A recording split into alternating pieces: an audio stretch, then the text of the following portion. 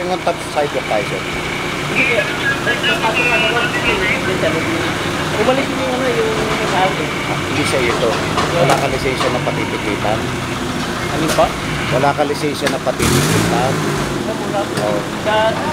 Kasi po, ganito nga, meron tayong traffic violation. Yung pagparada nyo rito, meron na tayong traffic violation kasi po ito ay bangketa. Hindi ko darating nga lang po niya. Sabi niya, kasi pagdating Yung dito, sinasabi yung nagparada nito, nasaan na siya?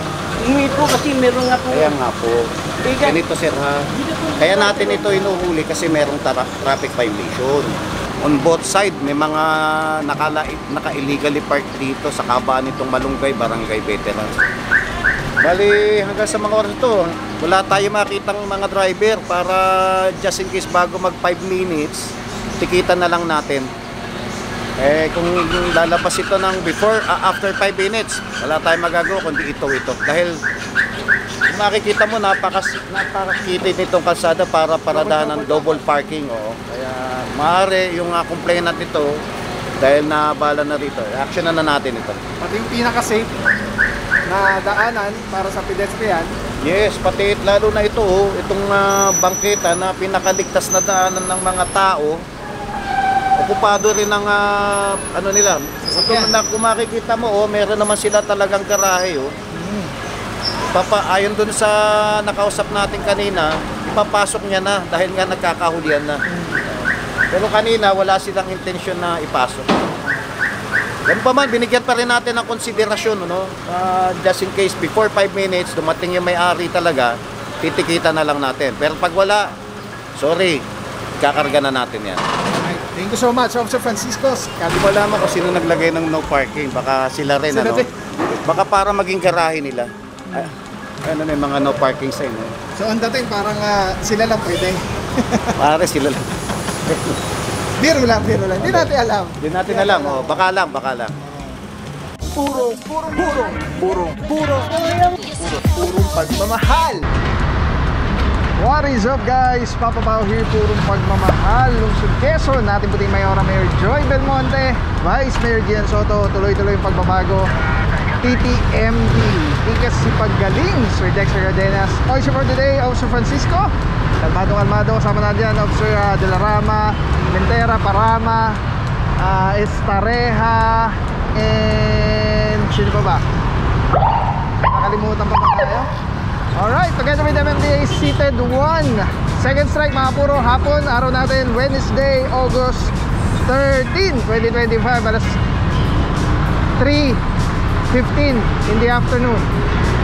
Alright, kaya mga puro, kanina gibaan with General Sukat. Ngayon naman, tikitan kasama ang tropa ng TTMD. Di pa natin alam kung saan yung mga areas na pupuntahan. But anyway, clearing operations against illegal parked vehicles. Let's go guys, ang dami lang po, puro pagmamahal.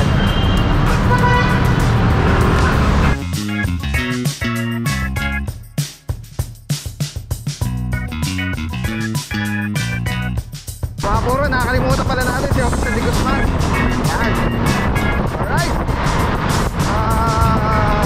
EDSA po, SMF EDSA.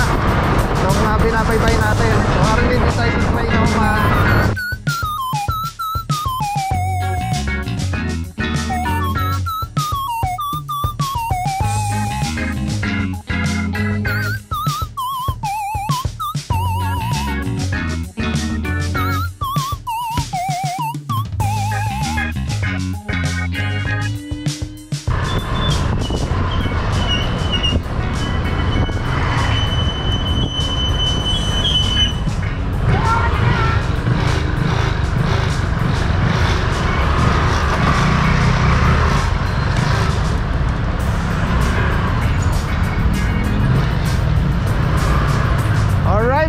Deployment, mukhang dito na yung area, no? Bansalangin.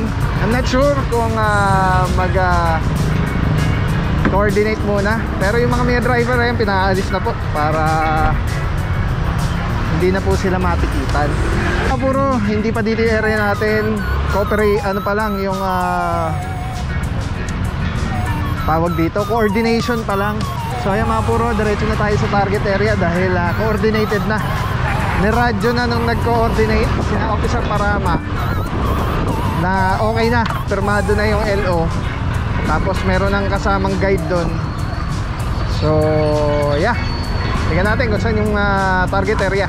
Kasi po hindi tayo basta-basta mag-operate lang kung saan na wala pong letter order yung tropa. Kasi pwede pong mademanda yung team, ano? So kailangan lagi may papeles, dokumento na kahit yan, katulad yan, illegal parking lahat po yan. Pero kung walang papel dito sa area na to, wala tayong magagawa. Pero kung may papel yan dito sa area na to, babalikan po natin yan mamaya pagkakasama na natin yung barangay. So let's see guys.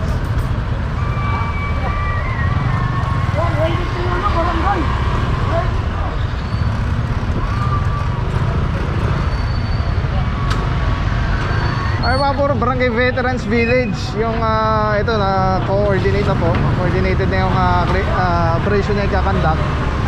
So yeah, ayun na po yung barangay personnel na mag-guide po sa tropa. Siya yung magsasabi kung nasan yung mag-a-assist lang po yan siya po yung mag-a-assist sa tropa para sabihin kung saan yung mga areas na nandun sa reklamo. Kasi sila po yung mas nakaka-alam ng pasikot-sikot ng kanilang barangay.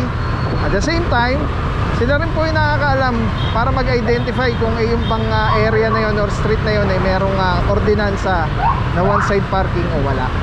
Alright, Tanggili. Tanggili. Kaliwa po tayo. Tapos kumaliwa ng Aramis. Ay, Aramis, lagi na pupuntahan to Aramismis. Mukhang specific yung yung reklamo. Specific area or specific street. Unlike po kasi na pag mga mabuhay lanes, kahit wala na pong coordination yun sa barangay, pwede po mag-operate. Malunggay Street.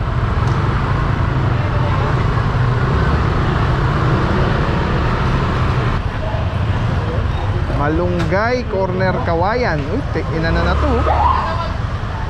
Hinarangan na yung daanan, ginawang parkingan. Ay, ito na-operate na tayo dito, boss? Naku, mukhang... Ay, grabe, ginawang parkingan na area. Yung sinasabi ni Kagawad. Ito tayo. Hindi kasama sa LO. Wala tayong letter.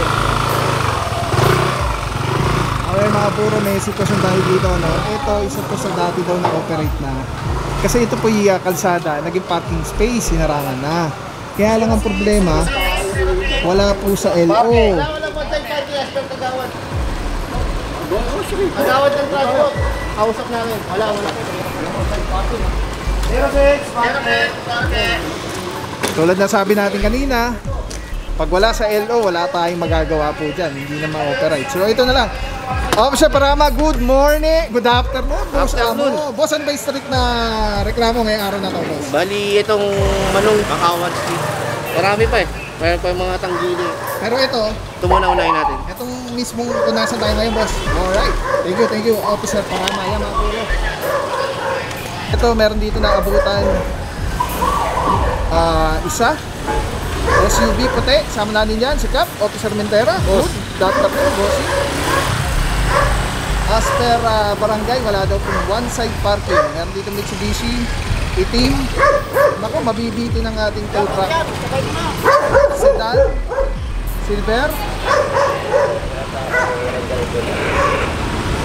Innova, sama na dyan, Officer Starea.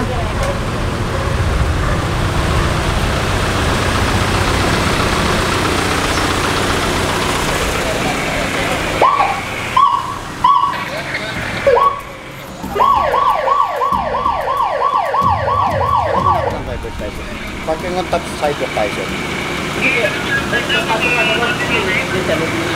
Umalis din yung yung sahod. Hindi siya ito. Wala ka lisensya na patitikitan. Ano ba? Wala ka lisensya na patitikitan. Oh. Kasi po, ganito nga, meron tayong traffic violation. Yung pagparada nyo rito, meron na tayong traffic violation kasi po ito ay bangketa. Hindi ko darating nga lang po niya. Sabi niya kasi pagdating Yung dito, sinasabi yung nagparada nito, nasaan na siya? umuwi po kasi meron nga po. Kaya nga po, Ganito sir ha. Kaya natin ito inuhuli kasi merong traffic violation. Sa loob po kasi yun yung pinapasok eh.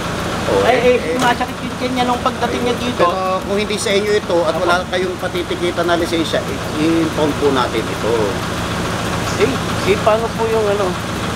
Kasi dito po yan, nagutusan lang. Ulitin ko lang ha, kailangan natin may matikitan po dito. At titikitan lang po. O may lisensya kayo. Wala po yung... Sa anak ko nga po. Kaya nga po, asan po siya? Nasa bahay nga po. Sumakit yung tiyan kasi bigla papasok sa dito. Binibigyan ko kayo ng 5 minuto para makapag-provide po na lisensya para matikitan na lang po ito. Ganun po. Opo. Sino man po ay magmamaneho Sige po, pupunta ko 5 minuto lang po ha. Ito po, pupunta ko nga po sa bahay. Tatabi ko muna Baka dito po saan po Ay, dyan na sa may pain Sige lang po. Simulan nyo na po ngayon. Sige po. Tulad po nito, kanino po ito? Ay, dito po yan, oh. Yeah. Kaya po nito. Sige lang po. Papatid lang ako muna dito kayo. Alright, yeah mga puro, merong isang motorsiklo sa sidewalk, merong mga nasa naka-illegally park na mga sakya. Sama natin dito team leader for today, Officer Francisco. Sir, wag mong pakialaman sir. Malinaw naman yung paliwanag ko sa iyo kanina eh. Sige po. Officer Francisco, good afternoon sir. Tito Ay, Empty, good mabuhay afternoon mga boss. God bless po. Yan, kalmado. Boss, ano ba yung reklamo natin dito sa area, boss? Complying to the complaint of yung sa Malacanang, yung 8888 na binaba sa local government. Sir, na complain lang tayo. Sige para lang po. ano, kasi sa pamangkin ko. Sir, tumatakbo na yung oras Opo, natin, nga sir. po. Bali ito, mga inabutan natin. On both side, may mga naka-illegally parked dito sa kabaan nitong Malunggay, Barangay Veterans. Bali, hanggang sa mga oras ito, wala tayo makitang mga driver para just in case bago mag 5 minutes, tikitan na lang natin.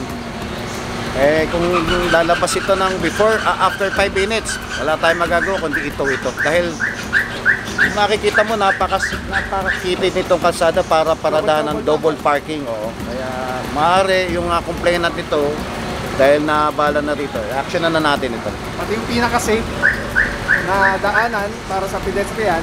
Yes, pati lalo na ito, itong bangketa na pinakaligtas na daanan ng mga tao, okupado rin ng ano nila. Kung makikita mo, meron naman sila talagang garahe. Ayon dun sa nakausap natin kanina, ipapasok niya na dahil nga nagkakahulian na. Pero kanina wala silang intensyon na ipasok.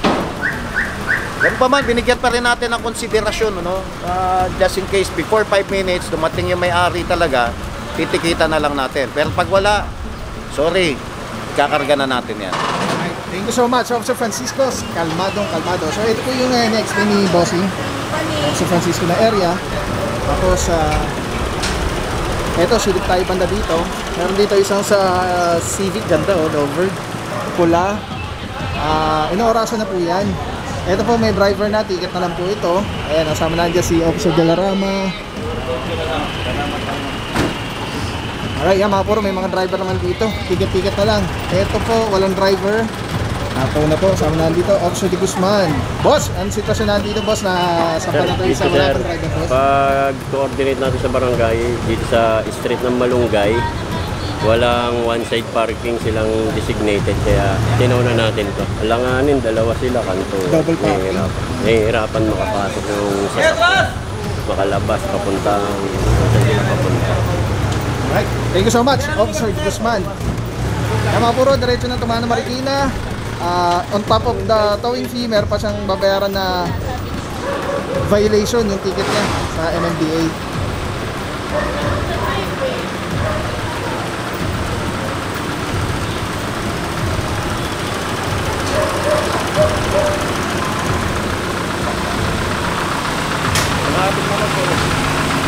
Hindi ko malaman kung sino naglagay ng no parking. Baka sila rin, Sila ano? din. Baka para maging garahe nila. May mga no parking sign. So ang dating parang sila lang pwede. Pare sila lang. Biro lang. Hindi natin alam. Hindi natin alam. Baka lang. Pero sa madaling salita, alam nila, Alam nila na no parking. bawal. Bawal. Alright.